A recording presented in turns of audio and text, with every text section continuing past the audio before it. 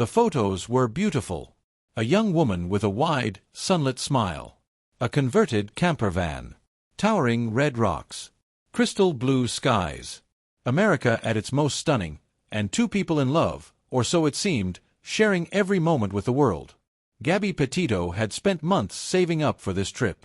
She worked 50-hour weeks. She had a YouTube channel, an Instagram account, and a dream she called van life. By the time she and her fiancé Brian Laundrie set off from New York in July 2021, thousands of people were already following along. They watched her sunrise videos. They liked her hiking photos. They commented on her smiling face. Nobody saw what was happening behind the camera. On August 27, 2021, Gabby Petito disappeared somewhere in the wilderness of Wyoming. She was 22 years old. What followed was one of the most viral missing persons cases in American history, and one of the most heartbreaking. This is her story. Gabrielle Venora Petito was born on March 19, 1999, in Blue Point, New York. She was creative, warm-hearted, and deeply expressive, someone who filled her journals with drawings and words, and who saw beauty everywhere she looked. She met Brian Laundrie at Bayport Blue Point High School, and the two became close friends before eventually dating in 2019. When Brian suggested they move to Florida to be closer to his family, Gabby went. She was that committed. Friends and family noticed early on that Brian could be controlling. He was possessive about her time and who she spent it with.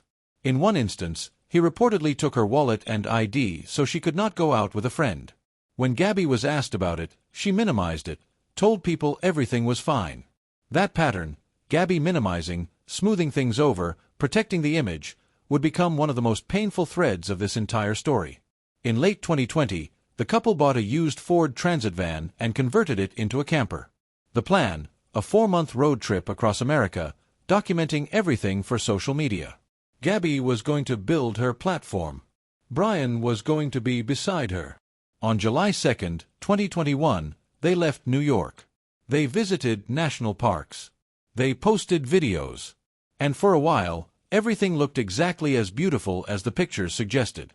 On August 12, 2021, 6 weeks into the trip, a 911 caller in Moab, Utah, reported seeing a man slap a woman outside a van near a community cooperative. Officers from the Moab City Police Department pulled the couple over after spotting the white Ford Transit driving erratically near the entrance to Arches National Park. What they found on that roadside would later become one of the most viewed pieces of police body camera footage in American history. Gabby was in the passenger seat. She was sobbing. Her eyes were swollen. When officers asked what had happened, she apologized. She took responsibility. She said she had OCD, that she sometimes got worked up, that she had hit Brian first. Brian, standing calmly outside the van, was composed and cooperative. Officers noted that Gabby had a small cut on her finger and what appeared to be a mark on her face. They separated the couple for the night, sending Brian to a hotel and leaving Gabby in the van. They filed no charges. They offered no domestic violence resources. They wrote the incident up as a mental health episode and drove away. 1 week later, Gabby posted a YouTube video of the trip. She was smiling, laughing, kissing Brian on camera. She had one more Instagram post left in her. On August 25, 2021, Gabby posted on Instagram for the last time. A photo at a diner. Smiling. Around that same time, she quietly reached out to a former boyfriend she trusted, someone she had kept in contact with. She called him. He missed it. He called back. He never heard from her again.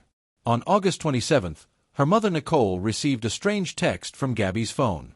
It said, "Can you help Stan? I just keep getting his voicemails and missed calls." Stan was Gabby's grandfather. But Gabby never called him Stan. She called him Grandpa. Every single time. Nicole knew immediately something was wrong. She tried calling. No answer. She sent more messages. Nothing. That was the last communication anyone had from Gabby Petito's phone. On September 1, 2021, 5 days after Gabby vanished, Brian Laundrie drove the white van alone into the driveway of his parents' home in Northport, Florida. He said nothing about Gabby. His parents said nothing. They called a lawyer. On September 11th, Gabby's family reported her missing. Within days, The case exploded across every social media platform in America. A YouTube video Gabby had posted months earlier, a normal travel vlog with a few hundred views, jumped to over 7 million overnight. Amateur sleuths online began analyzing her Instagram posts, her YouTube footage, and the police body camera video for clues. Hashtags trended for weeks. Brian Laundrie was named a person of interest but refused to speak to police. His family attorney told investigators they would need to communicate through legal counsel. Law enforcement described the silence as something that was actively hindering the investigation. On September 13, Brian Laundrie left his parents' home and did not come back.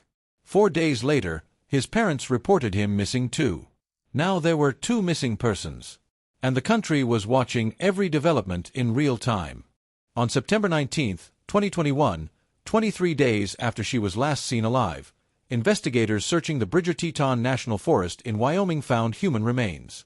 They were Gabby Petito's. An autopsy confirmed the cause of death: blunt force injuries to her head and neck, combined with manual strangulation. She had been killed on or around August 27, the day the strange text was sent to her mother. Her manner of death was ruled a homicide. The pain that radiated outward from that announcement was felt by millions of people who had followed this story, people who had hoped against hope that this would end differently. For Gabby's parents, Joe Petito, Tara Petito, Nicole Schmidt, and Jim Schmidt, there are no words that can capture what that day felt like. With Gabby's cause of death confirmed as homicide, a nationwide manhunt for Brian Laundrie began in earnest. The FBI joined the search. Tips poured in from across the country. His parents eventually agreed to help law enforcement search a nature reserve near their Florida home, Myakkahatchee Creek Environmental Park, where Brian had told them he planned to hike before going missing. On October 20, 2021, investigators entered the park with Laundrie's parents. Within hours of arriving, his father located a waterproof bag near a trail.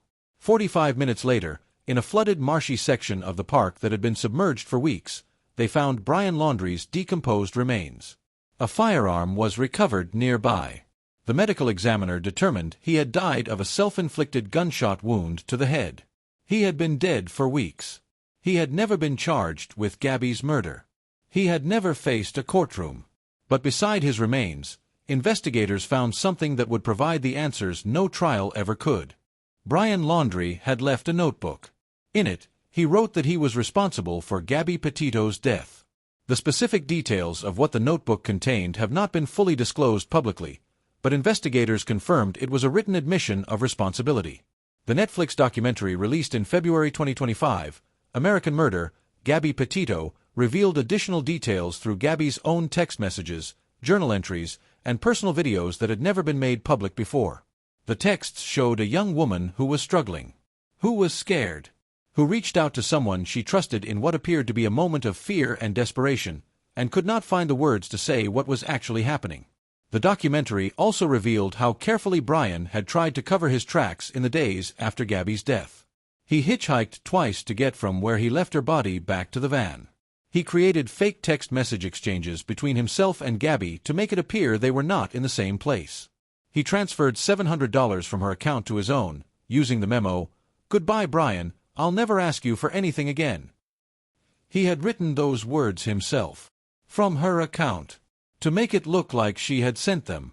The Gabby Petito case became far more than a missing person story.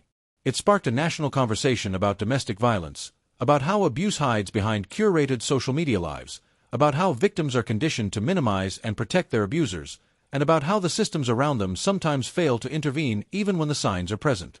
The Moab police stop was revisited endlessly.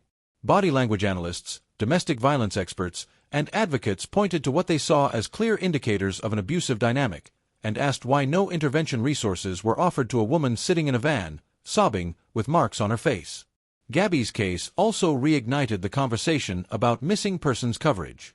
Critics noted that the case received enormous media attention in part because Gabby was young, white, and photogenic, while thousands of missing persons cases involving women and girls of color receive a fraction of that attention. Her family has kept her memory alive through advocacy work, pushing for better missing persons legislation and domestic violence awareness across the country. Gabby Petito was 22 years old. She loved art, yoga, and road trips. She wanted to build something beautiful, a channel, a community, a life on the open road.